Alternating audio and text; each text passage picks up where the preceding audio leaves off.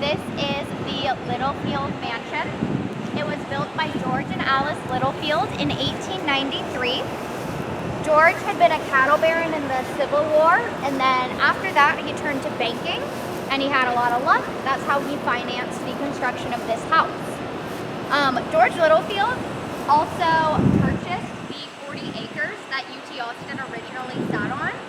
In the UT system, this is still referred to as the 40-acre campus. Although, does anyone want to take a gander as to how many acres UT is today? 200. 437. So there's been some expansion.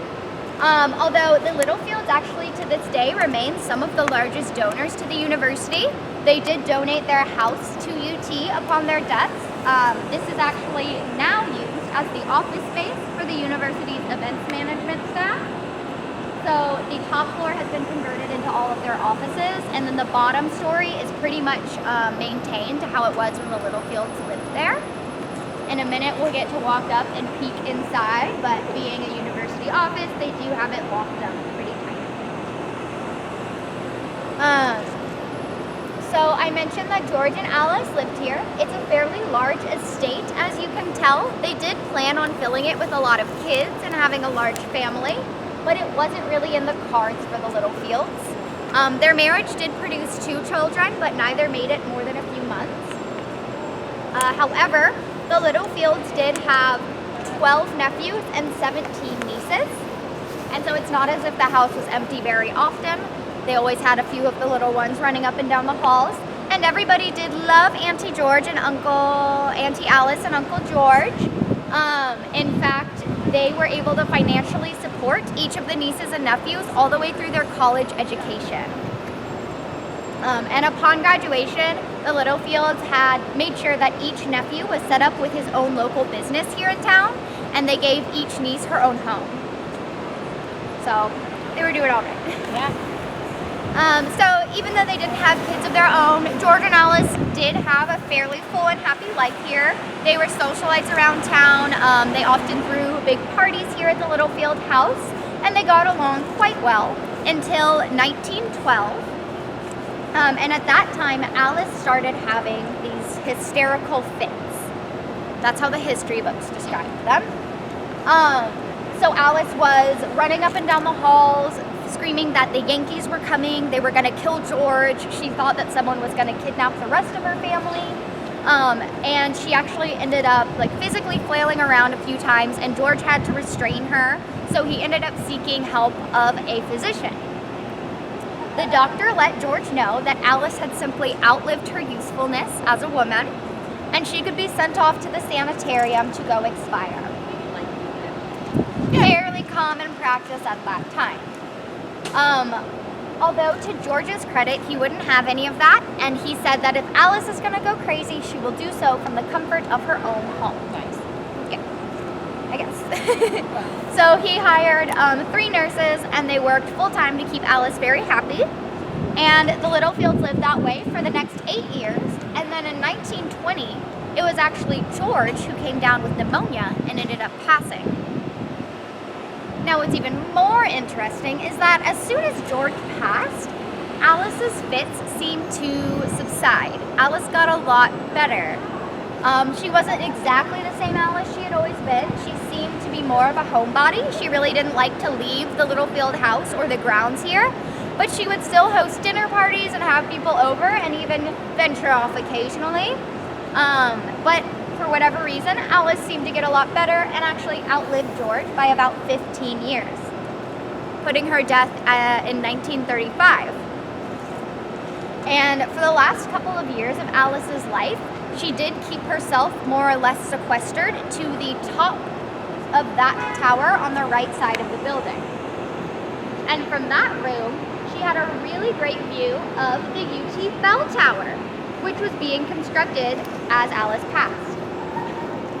So Alice kept very detailed journals at this time documenting the construction of the tower, and Alice wrote specifically that she felt something very evil was going to happen at that tower. She said she felt she needed to protect it and watch over it, and even wrote specifically of a black cloud surrounding the clock faces on the top of the tower. Now, I mentioned earlier, does anyone remember why this tower is so famous today? So, in August of 1966, about 3 decades after Alice passed, Charles Whitman climbed to the top of that bell tower and opened fire on UT campus, making it the home of one of the first mass shootings in our nation's history. Charles Whitman ended up writing a letter on that fateful day, and he too wrote specifically of a black cloud that he saw surrounding the clock faces on the tower. Now, Charles's autopsy did reveal a very sizable tumor on his front amygdala, which does affect your rationale, but it has nothing to do with hallucinations. The Austin State Hospital actually ended up keeping Charles Whitman's brain after the autopsy, something they do with actually a lot of Texans. And a few years ago, the hospital was doing some renovations, and so they had all of their wet specimen located elsewhere for safekeeping. When they went to put all of these back into the brand spanking new hospital, they found that a lot of their brains had gone missing, with Charles Whitman's being one of them. So to this day, the location of his brain is unknown. If any of y'all see that lying around, you do have my number. Yeah. Hey, look, there's a sticker on it. It says Charles Whitman.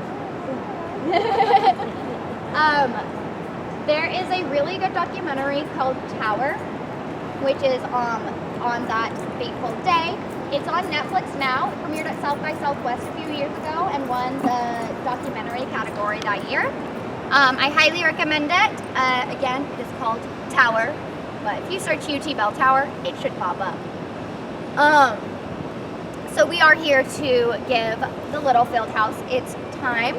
I mentioned already that you should be keeping your eyes peeled for Alice. She is known to roam the halls still. The offices are all on the second story, and the people who work here do report that they always hear somebody walking around downstairs, even though there shouldn't be anyone down there. She's also regularly seen walking along that Widow's Walk, and then she likes to pop up in pictures too. So feel free to continue taking as many pictures of the house, and she does like to peek out of the windows and wave sometimes. We can walk up to the front of the house and look through the front doors now. As we go upstairs, the marble stairs that are leading up to the front door, as well as the columns and the wrought iron railings, are all original to the house.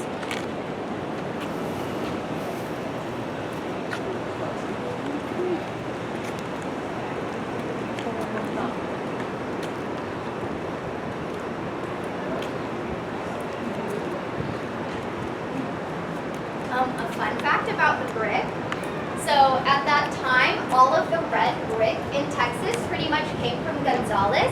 And so it's called Gonzales brick. And Gonzales, Texas is actually where George and Alice both grew up and where they met. So luckily we have some lights on in here. If y'all want to get up, you can get as close as you want. I don't think any alarms will go off. So a lot of the furniture down here is original to the Littlefields. See that grandfather clock on the far end. Also, the piece of furniture on the left-hand side of the hall here, which has 2 hurricane lamps sitting on top of it. When the staff goes out for lunch, they lock up the Littlefield house, and often when they return, they find that those 2 lamps have been relocated to the table on the other side of the hall. Now the staff shrugs this off and puts the lamps back, just saying, oh, silly Alice messing with her things. But I want y'all to think, if you're Alice, you have all these people working in your house all day, and you keep on putting the hurricane lamps where they should go, and they keep moving them back. It must be quite frustrating. It's like if someone else unloads your dishwasher, and nothing's in the right spot. People also sometimes will capture a picture of Alice standing in that archway in front of the stairs, and a few people have reported seeing her specter as well. Now, I believe, see one of the cleaning women coming up the stairs here, so if you do see someone pop out, unless they are a ghostly figure in a Victorian gown, it is most likely a staff member here and not Alice.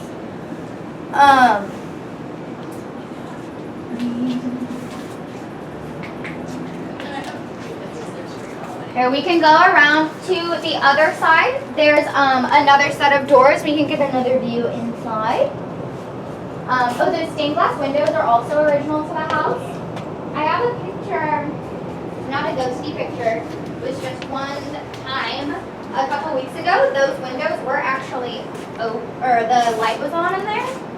And so we were able to see what the stained glass looks like. Let me grab it.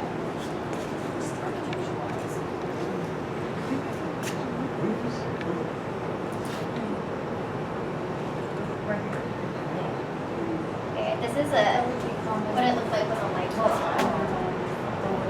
Yeah, they were on for like 2 days in a row, and I'd never seen the stained glass before. So that's one night those lights were on. Yeah, it's beautiful. No ghosty pictures, just them.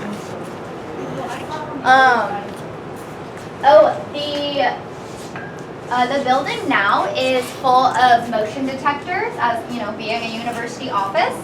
And so the night staff has a little rule where they do not do a wellness check here at the Littlefield house unless there's at least 2 motion detectors going off in different rooms of the house. And that's because at any given time, there's at least one going off somewhere in the house, as if somebody's just roaming the halls. And usually when there's 2 going off, if they come and check, it's just like a squirrel or something. So as we walk around the base of this tower, you can get a feel for how large the room inside was. Remember, this is where Alice had herself confined for those last few years. George wasn't here. There was no reason for her to keep herself locked in this room. She could barely fit a cot and a lamp to light her journal writing. But she chose to stay there and watch the construction of the tower.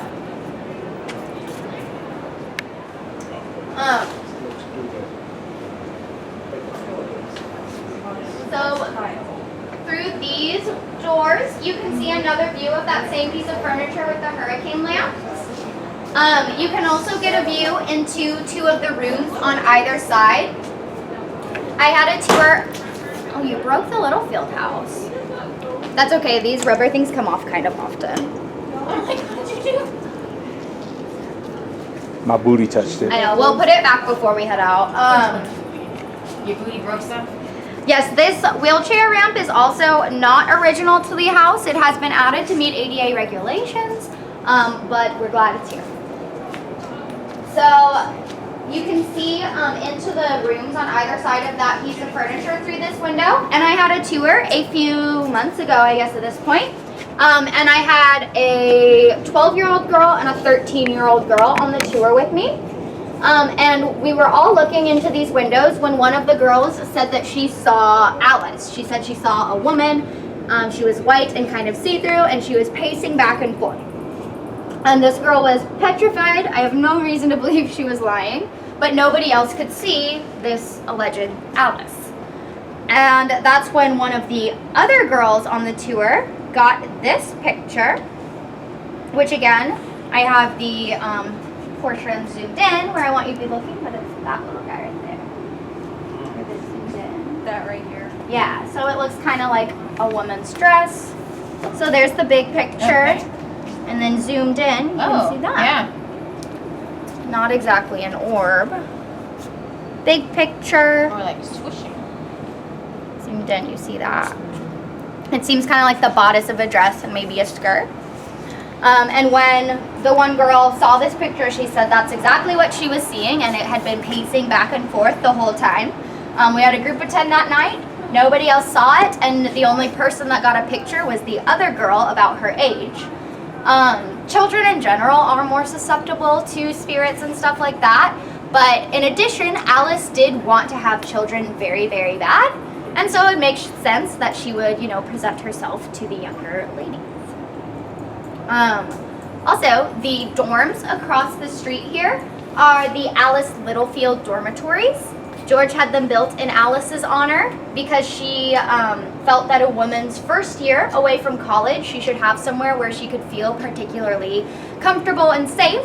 So when the Alice Littlefield dorms opened, they were specifically for freshman women. They remain to this day one of the only all-female dorms here. However, I think they've been opened up to include all classes. And they're known to have a ghost. You guessed it, it is Auntie Alice. So a lot of the girls who have lived there have reported seeing Alice walking in the hallways, and then have also felt something touch them as they're walking to their rooms. But much like the people who live or work in the Littlefield house, they all say that she's a pretty friendly spirit. She has like a motherly presence and doesn't seem to wish anyone any harm. She's just kind of still around.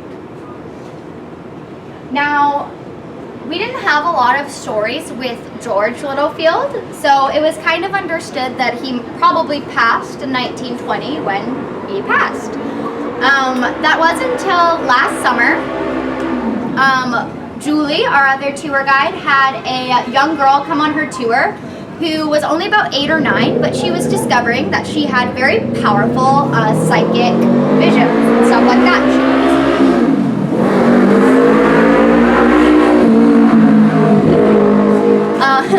So this girl is 8 or 9. She had a strong psychic capabilities. She was able to see a lot of spirits, and so she came on the tour with 2 older mediums to kind of help her understand this gift and, you know, make sense of it all.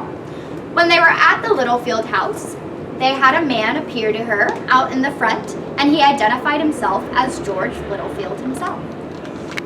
So George Littlefield said that he was ready to cross over, and so the group gets ready to, you know, help George cross over to the other side. And as they're getting things going, Alice came out of the woodwork and made it very clear that they were no longer welcome on her property.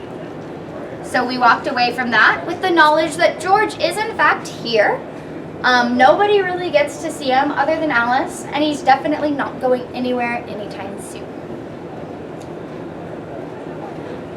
I have a few more things to point out to us around the corner over here. So take your peeks inside. If anyone wants my flashlight, you're more than welcome. So I also just remembered one more thing. There is a piano upstairs, which is original to the Littlefields. It was their piano when they lived here, and it has been known to play itself. So we did attribute this to Alice, although I had some girls on my tour who had gone to UT, and they said that there used to be a piano teacher that gave lessons out of the Littlefield house, and she actually passed about 5 or 10 years ago, and so most of her former students like to think that it's her playing the piano. I prefer to think it's like a duet, but Whoever's playing that. yeah, just whoever's manning the piano then. Yeah. One last thing to point out.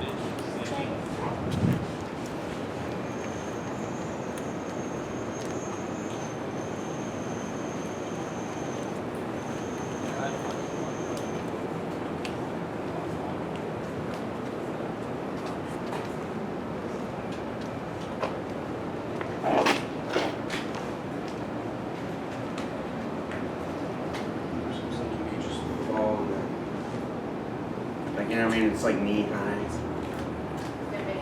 Like the ladder. If you want to go down there, it seems easy. I'll get it out. So behind me, you can see one of the glimpses into the basement of the Littlefield house. I mentioned that Austin was built on top of Edwards Aquifer, that big old slab of limestone, making it very difficult to build a basement, which is why most houses here in town don't have one. But the Littlefields wanted a basement, so by gosh, they got one. And actually, when the people built this house, they had never seen a basement before, and they weren't aware that the kitchen traditionally went in the basement, as that's where the food and the servants were stored. So they didn't put a kitchen in the basement, and then when they were constructing the rest of the house, there was no plans for a kitchen, so the Littlefield house actually originally had no kitchen. Now there's a kind of hodgepodge little, like there's a fridge in one room and a stove in the next, a Keurig, which is not original to the house, but yeah, it's a little bit of a mixed match. People have reported seeing Alice pacing in this little alley right here, and she's known to disappear when she gets to the base of this ladder. I'm not sure exactly why Alice would be pacing outside of the servants' quarters, although I have heard a rumor that George was known to be a little friendly with his servant girls, so it's possible she was just wanting to see who was going in and out of there. Also, if you look at the windows on these walls, a lot of times things will pop up in them, so feel free to take some pictures. Specifically in this lower window, we'll often get the silhouette of a woman who appears to be Alice, and on a few occasions there's a man that's also captured in this picture. Now, this man we don't believe is George for a few reasons. One, he's a little slim, and George was kind of a husky fella. Also, the guy in this photograph is always wearing a bowler's hat.